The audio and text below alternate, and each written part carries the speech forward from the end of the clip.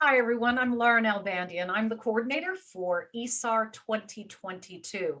And that conference is happening in August, and it's August 25th through 29th.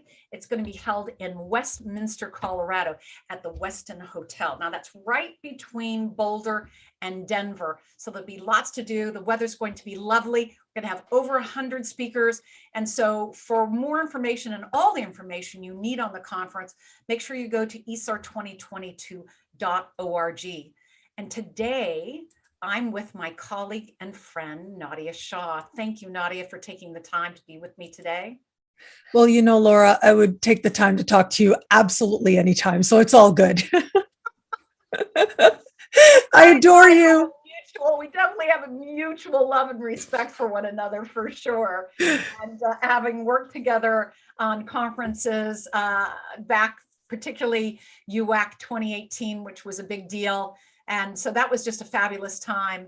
So let me tell you a little bit about Nadiya, if you don't happen to know who she is, which I find very doubtful, but just in case. French Vanity Fair named Nadiya Shah one of the top 12 astrologers on the planet, crowning her a pioneer in video astrology. She is one of a few people in the world to hold an MA in the cultural study of cosmology and divination from the University of Kent in the United Kingdom. Nadiya's widely popular YouTube channel, nadiyashah.com, is one of the most watched astrology channels in the world. Wow. You have accomplished a lot and still have much more to accomplish, I know. So I have a question for you, and that is, what does it feel like? What is the feeling inside you have when you think about the astrology community coming together for ISAR in person, which hasn't happened for ISAR since 2016. And since 2019, we haven't had any, it's 2020 and 2021, no real in-person conferences. What does that feel like for you? What are you thinking? Well, I don't know about you, Laura, but I'm about ready to party. I'm about ready to meet my astro family and let my Sag moon fly. I am so excited to meet everybody once again. I cannot wait. I feel like I can feel it like sort of percolating under the surface, like the astrology community is about ready to just really have a whole lot of fun. And I think that this event is going to be it. It really is going to be it. I remember telling you a while back, like, by the time this event comes around, you watch, I think that we are going to be flooding over with people just ready to have a good time and meet other astrologers, hug other astrologers. My God, I miss it so much. So to me, it really means that sense of joining, right? Joining on that level of heart, joining on that level of mind, like people who get you. To me, that really is why I love astrology conferences.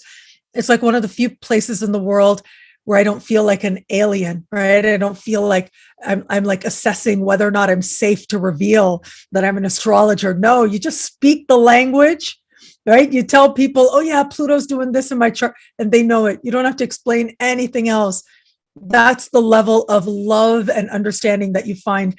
And so I really feel like this is going to be a celebration on a level of heart and just so much fun.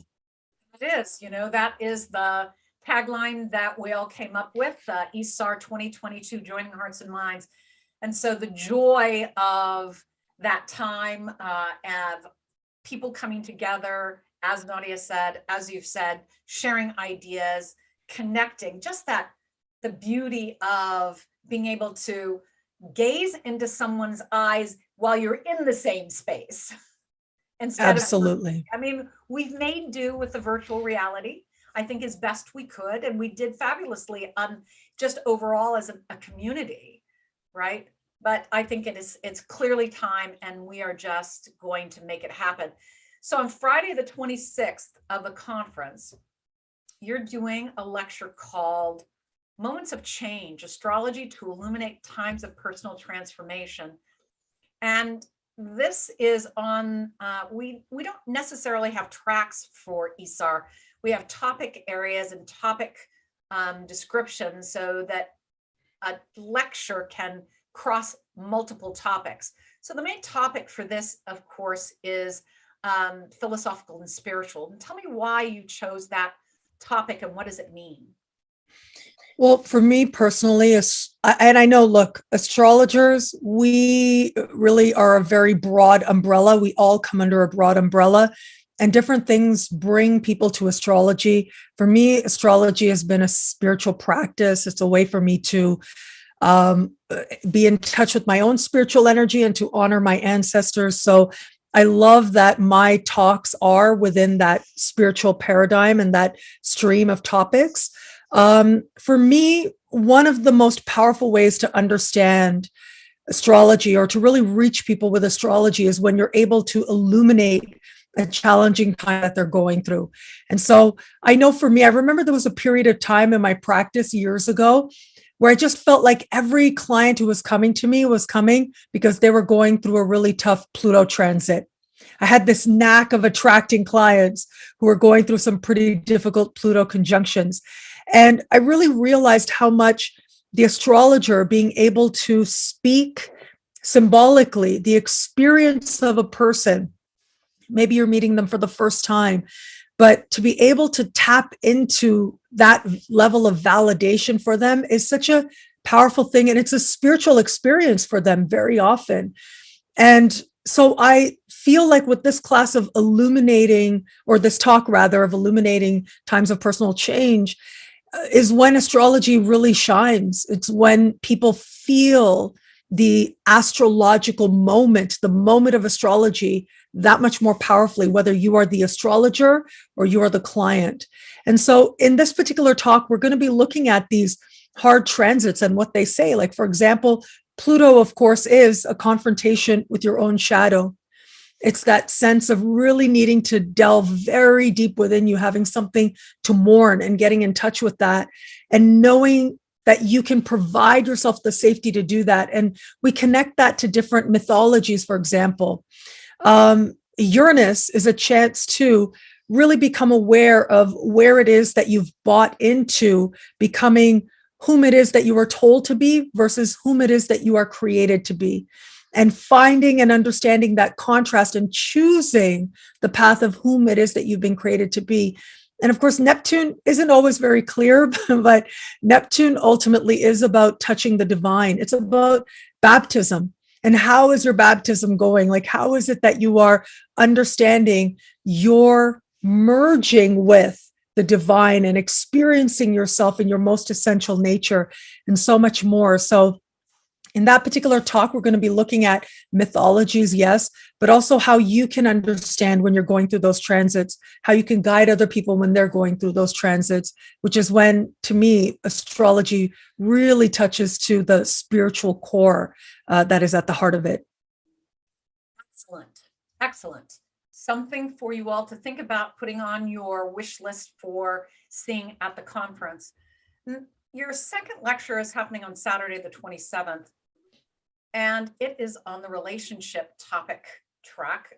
It's called Changing Bonds, Using Astrology to Transform Difficult Relationships. So what does changing bonds mean? What were you thinking when you wrote that title? I was thinking, how can we learn from our relationships, especially the challenging ones? There are certain relationships where we have a lot of choice within the matter. Like, you meet somebody, you're not really feeling the energy, and you go, okay, you know what? I'm not really feeling this person. I'm going this way. They can go that way, and that's fine. But there are certain bonds where a part of our journey, perhaps you can call it our karmic journey or our mystical journey, is to understand ourselves more deeply through those particular bonds. Some of them we will choose. Some of them, maybe we don't necessarily have a choice. For example, it is not uncommon to not always have the easiest relationship with both of your parents, right? There are people who are fortunate to have that.